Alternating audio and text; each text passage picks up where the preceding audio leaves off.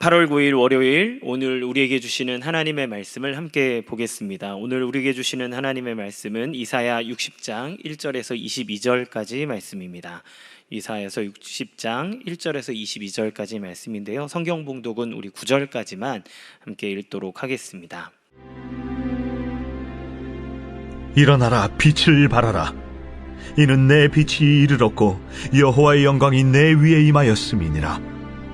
보라, 어둠이 땅을 덮을 것이며 캄캄함이 만민을 가리려니와 오직 여호와께서 내 위에 임하실 것이며 그의 영광이 내 위에 나타나리니 나라들은 내 빛으로, 왕들은 비치는 내 광명으로 나아오리라.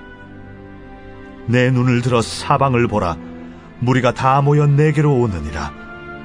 내 아들들은 먼 곳에서 오겠고 내 딸들은 안기어 올 것이라. 그때에 내가 보고 기쁜 빛을 내며 내 마음이 놀라고 또 화창하리니 이는 바다의 부가 내게로 돌아오며 이방 나라들의 재물이 내게로 옴이라. 허다한 낙타 미디안과 에바의 어린 낙타가 내 가운데에 가득할 것이며 스바 사람들은 다 금과 유향을 가지고 와서 여호와의 찬송을 전파할 것이며 게달의 양무리는 다 내게로 모일 것이요 느바요의 수량은 내게 공급되고 내 제단에 올라 기꺼이 받음이 되리니 내가 내 영광의 집을 영화롭게 하리라. 저 구름같이 비둘기들이 그 보금자리로 날아가는 것 같이 날아오는 자들이 누구냐? 곧 섬들이 나를 앙망하고 다시스의 배들이 먼저 이르되 먼 곳에서 내 자손과 그들의 은금을 아울러 싣고 와서 내 하나님 여호와의 이름에 드리려 하며 이스라엘의 거룩한 이에게 드리려 하는 자들이라. 이는 내가 너를 영화롭게 하였음이라. 내가 노하여 너를 쳤으나 이제는 나의 은혜로 너를 불쌍히 여겼음즉 이방인들이 내 성벽을 쌓을 것이요 그들의 왕들이 너를 섬길 것이며 내 성문이 항상 열려 주야로 닫히지 아니하리니 이는 사람들이 내게로 이방 나라들의 재물을 가져오며 그들의 왕들을 포로로 이끌어옴이라. 너를 섬기지 아니하는 백성과 나라는 파멸하리니 그 백성들은 반드시 진멸되리라. 레바논의 영광 곧 잣나무와 소나무와 황양목이 함께 내게 이르러 내 거룩한 곳을 아름답게 할 것이며 내가 나의 발 둘 곳을 영화롭게 할 것이라. 너를 괴롭히던 자의 자손이 몸을 굽혀 내게 나오며 너를 멸시하던 모든 자가 내 발 아래 엎드려 너를 일컬어 여호와의 성읍이라 이스라엘의 거룩한 이의 시온이라 하리라. 전에는 내가 버림을 당하며 미움을 당하였으므로 내게로 가는 자가 없었으나 이제는 내가 너를 영원한 아름다움과 대대의 기쁨이 되게 하리니 내가 이방 나라들의 젖을 빨며 뭇 왕의 젖을 빨고 나 여호와는 내 구원자 내 구속자 야곱의 전능자인 줄 알리라. 내가 금을 가지고 노스를 대신하며 은을 가지고 철을 대신하며 노스로 나무를 대신하며 철로 돌을 대신하며 화평을 세워 관원으로 삼으며 공의를 세워 감독으로 삼으리니 다시는 강포한 일이 내 땅에 들리지 않을 것이요 황폐와 파멸이 내 국경 안에 다시 없을 것이며 내가 내 성벽을 구원이라 내 성문을 찬송이라 부를 것이라. 다시는 낮의 해가 내 빛이 되지 아니하며 달도 내게 빛을 비추지 않을 것이요 오직 여호와가 내게 영원한 빛이 되며 내 하나님이 내 영광이 되리니 다시는 내 해가 지지 아니하며 내 달이 물러가지 아니할 것은 여호와가 내 영원한 빛이 되고 내 슬픔의 날이 끝날 것입니다. 내 백성이 다 의롭게 되어 영원히 땅을 차지하리니 그들은 내가 심은 가지요 내가 손으로 만든 것으로서 나의 영광을 나타낼 것인즉 그 작은 자가 천명을 이루겠고 그 약한 자가 강국을 이룰 것이라. 때가 되면 나 여호와가 속히 이루리라. 구원받은 자의 삶은 어떤 삶일까? 하나님은 당신의 백성을 통해서 어떤 일을 이루어 가시는가? 우리는 왜 믿는 자로서 이렇게 능력을 보이지 못하고 살아갈까? 중요하게 생각해 볼 문제가 아닐까 생각이 듭니다. 오늘 이 이사야 말씀을 통해서 하나님께서는 하나님의 백성에게 어떻게 능력을 나타내어 주시고 또 하나님께서 그 하나님의 백성을 통해 예비하신 복을 어떻게 누리게 하시는지 함께 살펴보고자 합니다. 하나님의 백성이 살아가는 삶은 어떤 삶일까요? 첫 번째는 바로 빛에 반응한 삶이라고 할 수 있습니다. 오늘 본문 1절 말씀에 보면 내 빛이 이르렀고 이렇게 말씀합니다. 이 말씀을 새번역 성경에서는 뭐라고 얘기하냐면 구원의 빛이 너에게 빛이었으며 라고 이렇게 표현해요. 그러니까 지금 이스라엘에게 하나님께서 베푸시는 구원의 빛이 비추었다라고 이렇게 표현하고 있는 것입니다. 그러면 이 구원의 빛은 뭐라고 얘기할 수 있을까요? 표면적으로 보면 포로로 잡혀갔던 이 바벨론에서의 자유, 또는 우리가 갖고 있는 인생의 하나님께로 멀어지게 하는 죄로부터의 자유를 생각할 수 있을 것입니다. 그러나 조금 더 이것을 심층적으로 생각하고 분석해 보면 단지 자유를 얻는 것으로만으로는 끝날 수가 없습니다. 왜냐하면 우리는 언제든지 죄와 사망에 대해서 다시 종로를 탈 수 있는 그런 죄된 존재이고, 이스라엘 백성들이 아무리 지금 포로에서 돌아왔다 할지라도 그들의 죄 때문에 다시 포로로 잡혀갈 수 있는 환경이 그들에게 열릴 수밖에 없기 때문이죠. 그러면 이 구원이라고 얘기하는 것은 단지 지금 어디에서 구출을 받았다, 죄에 대해서 노임을 받았다라고 하는 것 뿐만 아니라 그것을 뛰어넘어 우리의 존재 자체가 다시는 그러한 상태로 들어가지 않을 그러한 상태로 새로운 존재로 변화되었다라고 하는 것을 얘기할 수 있겠죠. 그러니까 다시 어둠으로 들어가지 않는 상태를 얘기한다고 말할 수 있습니다. 그러면 어떤 상태를 얘기할까요? 자, 오늘 직접 말씀인 이사야 59장 21절 말씀을 같이 함께 읽어보겠습니다. 여호와께서 이르시되 내가 그들과 세운 나의 언약이 이러하니 곧 내 위에 있는 나의 영과 내 입에 둔 나의 말이 이제부터 영원하도록 내 입에서와 내 후손의 입에서와 내 후손의 후손의 입에서 떠나지 아니하리라 하시니라. 여호와의 말씀이니라. 아멘. 그러니까 구원의 빛은 단지 포로에서 구원하고 죄를 용서해 주는 것으로 끝나는 것이 아니라 아예 그 존재 자체가 바뀌는 사건이라고 얘기할 수 있습니다. 이거 어떻게 바뀌는 건가요? 하나님의 영과 하나님의 말씀이 우리의 삶과 우리의 마음과 우리의 인생을 떠나지 않는 삶, 그러니까 하나님이 영원토록 우리와 함께하는 삶, 하나님이 완전하게 통치하는 삶, 그것을 얘기하는 거죠. 단지 죄를 용서받았어, 구원받았어로 끝나는 게 아니라 그것을 계속 이어가면서 하나님의 통치를 받는 삶을 얘기합니다. 구원의 말씀으로 오셔서 빛으로 비춰주시는 거죠. 요한복음 1장 1절에서는 예수님을 말씀이라고 표현합니다. 요한복음 1절 말씀을 같이 읽어보겠습니다. 태초에 말씀이 계시니라. 이 말씀이 하나님과 함께 계셨으니 이 말씀은 곧 하나님이시니라. 그리고 예수님을 뭐라고 표현하냐면 생명의 빛이라고 표현합니다. 4절, 요한복음 1장 4절 말씀 읽어보겠습니다. 그 안에 생명이 있으니 이 생명은 사람들의 빛이라. 아멘. 정리해보면 뭐냐면 하나님의 구원은 우리가 용서받고 끝나는 삶이 아니라 하나님의 말씀으로 빛을 받아 새로운 하나님의 백성으로 하나님의 통치를 받는 삶이라는 것을 우리는 알 수 있습니다. 따라서 구원받은 하나님의 백성은 어떤 존재입니까? 하나님의 빛인 말씀을 받아서 그것에 반응하여 하나님과 함께 그 빛으로 걸어가는 사람을 살아가는 자가 바로 구원받은 자의 삶이다라고 하는 것을 얘기하고 있습니다. 빛이 어떤 역할을 할까요? 첫 번째, 빛은 우리로 하여금 밝히 보게 해줍니다. 그렇기 때문에 우리로 하여금 하나님의 길을 걸어가게 하는 거죠. 어두움은 보이지 않습니다. 보이지 않으면 깨달을 수도 없고 올바른 길을 갈 수가 없어요.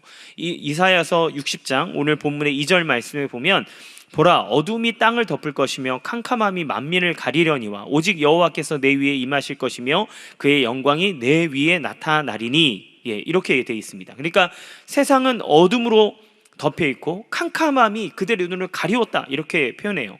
그러나 하나님의 백성에게는 그의 영광, 즉 빛이 임하여서 그들로 하여금 알게 하는 것입니다.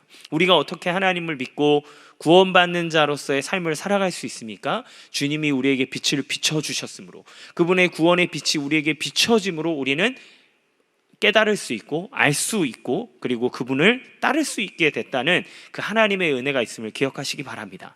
빛은 또 어떤 역할을 합니까? 두 번째로 우리의 더러운 부분을 깨닫게 합니다. 즉 죄를 깨닫게 하고 회개하게 하는 역할을 이 빛이 하는 거죠. 제가 가족들과 놀러가서 고기를 구워 먹었습니다. 근데 저녁 때 구워 먹으니까 날은 어두워지고 켜져 있는 등은 이게 시원치 않아서 제대로 보이지 않는 거예요. 그러니까 이게 고기 조각이 제대로 익었는지 안 익었는지조차 분간할 수가 없게 됩니다. 그리고 이 고기를 굽고 난 다음에 이제 실내로 들어와서 딱 봤더니 제 옷이 난리가 나 있는 거예요. 막 숯이 묻어 있고 고기 기름은 막 튀어 있고 양념 같은 거는 먹다가 막 묻어 있고, 이런 것들이 이 어둠이 있는 바깥에서는 보이지 않았지만 밝은 실내로 들어왔을 때, 빛이 저에게 비쳤을 때 제가 얼마나 더러운 상태인지를 깨닫게 되고 알게 됐다라고 하는 것을, 우리는 이런 것을 예를 통해서 알 수 있습니다. 하나님의 말씀의 빛은 어떤 역할을 합니까? 우리가 제대로 된 길을 가고 있는지, 하나님의 길에 어긋난 것은 아닌지 그것을 판단하게 하고 깨닫게 하여 주님께 회개하게 하고 돌이키게 하고, 그래서 그의 구원을 온전하게 이루도록 하는 역할을 한다는 겁니다. 세 번째로, 이 빛은 우리로 하여금 어디로 가야 할지 알게 합니다. 칠흑같이 어두운 밤, 우리는 누구나 길을 잃을 수밖에 없습니다. 바다에 아무 빛이 없다면 배는 길을 잃을 수밖에 없습니다. 저 육지에서 등대에서 빛을 쏴줄 때 비로소 방향을 알 수 있고, 또 항해하는 사람들은 별빛을 보고 자기의 위치가 어디인지를 깨닫고 항해를 한다고 해요. 그러니까 우리의 삶이 어디로 가야 되는지 알고 싶을 때 무엇이 필요합니까? 빛이 필요합니다. 그런데 그 빛을 뭐라고 얘기해 주냐면 하나님의 말씀이라고 성경은 이야기하고 있는 것이죠. 하나님은 우리에게 구원의 빛을 비춰주셨습니다. 구원의 빛은 우리로 하여금 깨닫게 합니다. 구원의 빛은 우리로 하여금 죄를 알게 하고 회개하게 합니다. 구원의 빛은 우리가 우리의 인생의 길을 어디에 목적을 두고 어디에 목표를 두고 어느 방향으로 가야 하게 할지 알게 해줍니다. 사랑하는 성도 여러분, 여러분은 그 빛에 대해서, 빛을 통해서 반응하고 계십니까? 하나님이 여러분에게 말씀의 빛을 주셨을 때 그것을 아멘으로 받고 반응함으로 하나님이 주시는 그런 은혜의 길을 걸어가시기 간절히 바랍니다. 두 번째는 빛을 발하는 삶입니다. 1절의 시작을 뭐라고 시작하냐면 일어나라 빛을 발하라 이렇게 선포를 합니다. 하나님의 백성이 삶에서 맡은 임무가 무엇일까요? 바로 하나님이 우리에게 베풀어 주신 그 구원의 빛을 세상에 발하는, 세상에 비추는 역할을 하는 것이 바로 하나님의 백성이 맡은 임무라고 할 수 있습니다. 그러면 우리는 어떻게 이 빛을 세상에 비칠 수 있을까요? 빛을 발하라고 하는 말씀은 어떤 의미일까요? 나는 빛을 발할 수 있는 존재일까요? 사실은 우리는 빛을 발할 수 없는 존재라는 것을 압니다. 우리는 빛이 아니기 때문에 그래요. 그러면 여기서 빛을 발하라고 하는 것은 어떤 의미일까요? 좀 더 정확히 얘기하면 빛을 반사하라는 의미입니다. 왜냐하면 우리는 빛을 낼 수 없는 빛을 낼 수 있는 발원체가, 태양 같은 존재가 아니에요. 빛은 하나님이십니다.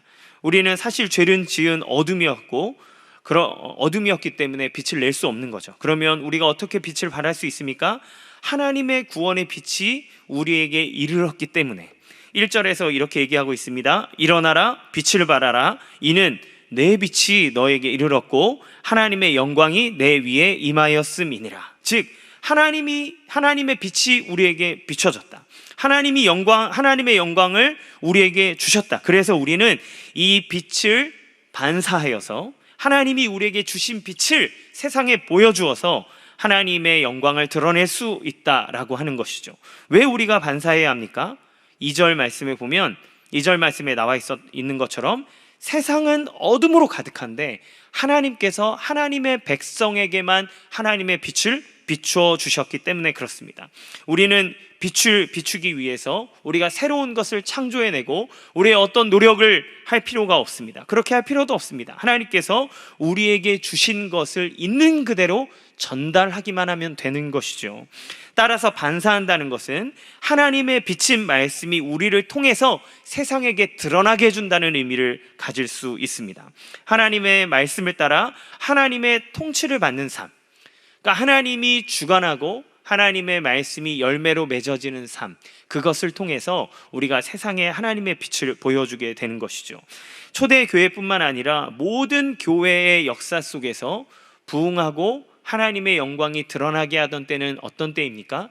교회가 하나님의 말씀에 집중하고 성도가 하나님의 말씀을 아멘으로 받고 그 아멘으로 받은 말씀이 삶 가운데 드러날 때, 그때 교회는 세상의 빛이 될 수 있었고, 그리고 하나님의 영광이 교회를 통해 드러나게 됐었고, 그리고 하나님의 능력이 그 성도들을 통해 나타나게 됐다는 것들을 우리는 성경과 여러 교회의 역사들을 통해서 알 수 있습니다. 구원받은 삶은 무엇일까요? 죄에서 노임을 받아 그것으로 끝나는 삶이 아니라 죄에 대해서 노임을 받은 후에 하나님의 비친 말씀을 내 삶에 가지고 하나님의 통치를 받아 그와 함께 동행하는 삶을 살아가는 것이 바로 구원받은 자의 삶이라고 하는 것을 우리는 오늘 본문을 통해서 알 수 있습니다. 마지막 세 번째, 하나님의 구원을 받은 하나님의 백성은 어떻게 살까요? 빛을 누리는 삶을 삽니다.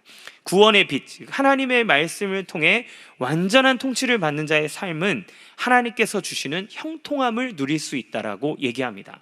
오늘 본문 4절부터 22절까지는 하나님의 백성이 빛을 발하는 삶, 즉 하나님의 말씀이 나타나는 삶을 살아가면 그 빛이 세상에 비춰지면 반드시 열매를 맺게 해주시고 하나님이 그 백성에게 주시는 회복을 맛보게 된다라고 얘기합니다. 하나님이 우리에게 주시는 복은 완전합니다. 하나님이 우리에게 주시는 회복은 완벽합니다. 4절 말씀에 보면 내 눈을 들어 사방을 보라, 무리가 다 모여 내게로 오느니라 라고 말씀하고 있어요. 이스라엘에게 있어서 온 민족이 다가오는 일은 사실 달갑지 않은 일입니다. 왜냐하면 이스라엘 백성은 우리나라랑 약간 비슷해요. 중국이 우리나라를 치려고 하고, 또 일본이 옛날에 외일 때 일본이 우리나라를 통해서 중국에 가려고 하고, 이 강대국의 틈 사이에서 이스라엘도 제국이 하나 일어날 때마다 이스라엘을 발판 삼아 계속해서 대륙으로 진출하고 왔다 갔다 하는 교통이요, 또 그들의 식민지가 되는 삶을 살았습니다. 그러니까 이스라엘에게 있어서 열방이 다가온다라고 하는 것은 뺏으려고 하고 그들의 땅을 식민지로 삼으려고 하는 아주 두려운 이야기인 거죠. 그런데 오늘 말씀에 그들이 다가오는 이유는 무엇이냐면, 어둠 가운데 있었던 세상이 하나님이 비춰주시는 그 이스라엘을 통해서 나타나는 하나님의 빛을 보고 하나님께 경배하고 그들에게 무릎 꿇고 그들에게 항복하기 위해서 나오게 된다라고 얘기합니다. 그리고 4절에 뭐라고 얘기하냐면, 그들의 자녀들이, 그러니까 포로로 잡혀갔던 자녀들이 다시 돌아오는 일들이 일어나게 될 것이다. 그리고 열방의 많은 족속들이 금과 은을 싸들고 너희에게 와서 엎드릴 것이다 라고 얘기합니다. 그러면서 얘기하는 거죠. 22절에 그 작은 자가 1000명을 이루겠고 그 약한 자가 강국을 이룰 것이다. 때가 되면 나 여호와가 속히 이루리라. 그러니까 비록 우리가 아무리 작고 연약하다 할지라도 하나님이 빛을 비춰주시고 하나님이 택하실 뿐만 아니라 하나님의 통치를 받아 하나님의 뜻대로 살아가는 백성들에게는 하나님께서 결국에는 완전한 회복과 완전한 축복과 하나님 완전한 부유함을 우리에게 주신다라고 하는 것을 성경을 통해서 우리는 하나님은 약속하고 계십니다. 하나님의 백성, 단지 구원받아서 세상에서 그저 주죽은 듯이 살아가는 삶이 아니라 하나님의 통치를 받을 때 세상을 호령하고 또 이 세상 가운데 존경을 받고 또 세상 가운데 주님의 빛을 드러낼 뿐만 아니라 하나님이 그동안 말씀과 하나님을 향해 믿음을 통해 받았던 모든 고난들을 다 역전시켜 주시는 은혜가 하나님의 성도들에게 반드시 임한다고 하는 것을 하나님은 약속하고 계십니다. 사랑하는 성도 여러분, 우리는 지금 어려울 때를 살아가고 있습니다. 또 혹시 여러분의 삶 가운데 말씀을 놓침으로 또 하나님의 통치하심과 하나님의 인도하심을 경험하지 못하고 계신 분은 혹시 계십니까? 그렇다면 성경이 얘기한 이 삶을 믿으시고 붙잡으시기 바랍니다. 하나님은 하나님의 백성인 여러분에게 말씀의 빛을 비춰주셨습니다. 구원을 이루고 우리를 완전하게 하고 우리를 새롭게 하는 예수 그리스도를 통한 구원의 빛을 우리에게 비춰주셨습니다. 그러면 우리는 어떻게 살아야 될까요? 하나님의 빛에 반응해야 됩니다. 아멘. 예, 예수님, 내가 죄인이고 나는 하나님의 은혜로 말미암아 구원받은 하나님의 백성입니다라고 고백하며 하나님의 말씀을 사랑하고 사모하며 그분의 통치를 받는 삶을 살아야 됩니다. 그렇게 살 때 하나님의 말씀이 우리의 삶 가운데 열매를 맺음으로 세상 가운데 빛을 드러내게 되는 거죠.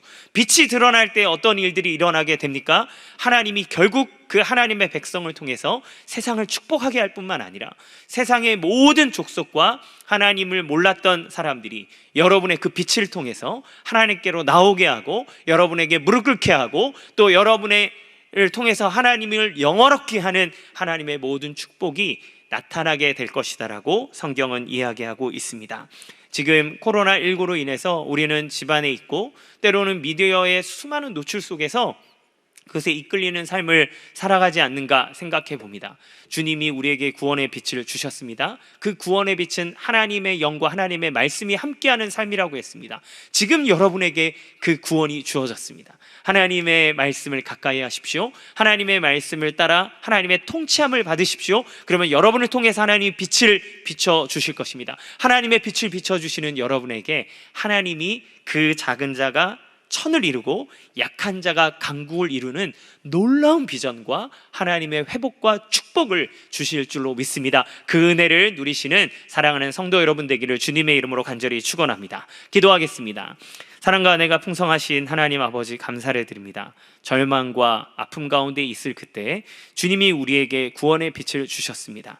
예수 그리스도로 말미암아 말씀이요 빛이 되신 예수님을 통하여서 우리에게 하나님 구원의 빛을 허락하여 주셨습니다. 이제 그 말씀 되신 예수님을 우리의 마음속에 품고 하나님의 말씀을 우리 안에 새기고 또 주님의 통치함을 받는, 그래서 하나님의 빛에 반응하는 삶을 살아가게 하여 주시옵소서. 하나님, 혹여나 우리가 미디어와 또 세상에 있는 모든 우리를 유혹하는 모든 악한 것에 마음을 쏟았던 마음을 돌이키고 주님의 말씀에 집중하게 하시고 주님의 말씀에 반응하게 하는 삶을 살아감으로 주님의 통치를 받아 하나님이 예비하신 모든 회복을 누리는 복된 삶을 살아가도록 도와주시옵소서. 주님, 주님의 말씀에 순종하여 빛을 세상에 비치는 존재가 되어지기 원합니다. 말씀이 육신이 되게 하시고 말씀이 내 삶 가운데 열매 맺게 하시고 나의 인격이 변화되게 하여 주셔서 하나님의 빛을 세상 가운데 드러내는 복의 통로가 될 수 있도록 인도하여 주시옵소서. 그래서 하나님은 당신의 자녀들에게 약속하신 모든 축복들, 그 작은 자가 천을 이루고 약한 자가 강국을 이루는 하나님의 모든 역전의 역사가 우리의 삶 가운데 쓰여지게 하시고 그로 말미암아 주님을 영화롭게 하는 복된 인생, 오늘 하루의 삶이 될 수 있도록 주님 도와주시옵소서. 우리 사랑하는 성도님들의 가정의 생활의 복을 더하여 주시고 주님 앞에 맡겨드릴 때 하나님 우리의 눈물을 닦아주실 뿐만 아니라 모든 것을 회복시켜 주시고 치유하여 주시고 능력 주시고 열매 맺게 하시는 주님의 구원의 은혜를 날마다 누릴 수 있도록 도와주시옵소서. 예수님의 이름으로 간절히 기도합니다. 아멘.